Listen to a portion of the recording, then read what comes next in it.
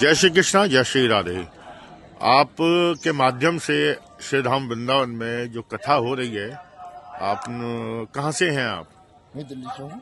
अच्छा, ये कथा जो हो रही है इसका क्या उद्देश्य था आपका यहाँ कराने का श्री धाम वृंदावन मेरा में? मिसेज जो एक्सपायर हो गई थी विप्लेश राठौर जी उनके उपलक्ष्य में मैंने संकल्प लिया था जी कि उन्हें भागवत कथा कराऊं जी। और जो उनका एकादशी का उद्यापन है वो भी साथ साथ कराऊं। अच्छा अच्छा, आपकी पत्नी कब खत्म हुई थी?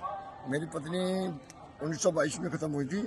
जी। 9/8/1922 अच्छा अच्छा, रात के 11:37 तो संकल्प लिया था आपने कि आप श्री धाम वृंदावन में हैं? वो कहती भी थी। अच्छा अच्छा जी।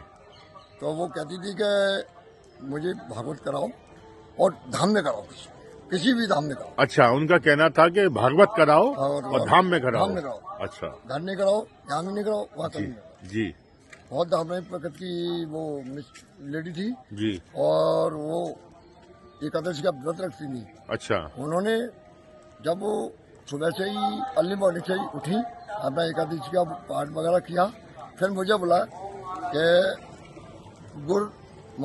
अपना गौ दान करो। अच्छा मैंने बोला गौ दान, मैं आश्चर्य पड़ गया। अच्छा तो बोलो कराइए। जी। मेरे गुरु हैं वैसे, अच्छा मनीष कौशिक महाराज जी हैं। जी। मनीष कौशिक महाराज जी ठीक है। तो उन्होंने गोदान अपना जो भी था वो भेज दिया। जी। मेरे मोबाइल लिया और उन्होंने अपने आप भेज दिया। अच्छा अच्छा और उसके बाद वो अपना दिनचर्या में लग गए, जी पाठ फूट करके दिनचर्या में लग गए। फिर शाम को हम लोग बातचीत करते रहे, पूरा परिवार था, राहुल भी था, जी नीरू भी थी जी और वो मेरा नाती था जी केशव राठौर। जी तो वो भी साथ साथ उनके साथ ही रहता था। जी। तो वो रात को 11 बजे, 11:30 बजे के लगभग, 11 सवा 11 के बजे के लगभग 11:15 हो गई। तो वो गई बच्चे को सुला दी, बिस्तर में उसको सुलाया। फिर जस्ट ही तो एक बाहर आई, जी आवाज लगाई मेरे बेटे को और बहू को, और मुझे भी लगाई कि आप तीनों जल्दी आओ, गंगा जल लेके आओ और तुलसी पत्ते लेके आओ। अच्छा। मैंने बोला तुलसी पत्ते? बोला तुलसी पत्ते लेके आओ, कोई वो नहीं लगेगा, तुम पाप नहीं लगेगा, आज एकादशी है। जी। मैंने नहीं, ये तो संकल्प में होता ही नहीं, बुलाइए तोड़ दो। जी जी और मुझे तुलसी पत्ते तोड़वाए। जी। तो आपका पूरा परिवार यहाँ आया हुआ है जी। वृंदावन में? मेरे भाई भी आए हैं, अच्छा बिजली पाल सिंह, और उनका पूरा परिवार है। अच्छा। तो कैसा लगा आपको श्री धाम वृंदावन में? क्या अनुभूति? मैं पहले से ही लगातार आपका भाव? मैं आता रहता जी। हूँ और भागवतों से जुड़ा हुआ हूँ। जी। ऐसा नहीं है कि मैं ये तो मेरे को अंदर ही अंदर से भी अभी मेरे को विचलित हो गया हूँ। चलिए। तो अभी जब मैं इसको करा लूंगा तो शायद मुझे संतुष्टि मिलेगी। बिल्कुल बिल्कुल।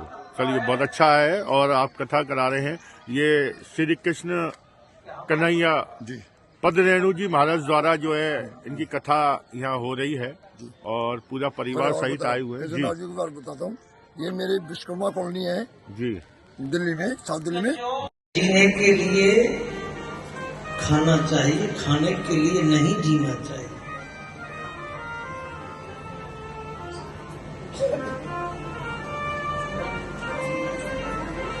सुदामा जी के घर में अब एक दिन सुदामा जी के नगर में कथा हो रही भागवत की, तो कथा सुनने चले गए।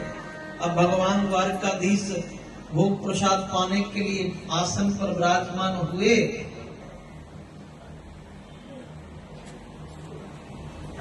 और तुम उन्हीं को झांकी बना के नचाते हो। बात है, क्या बात है,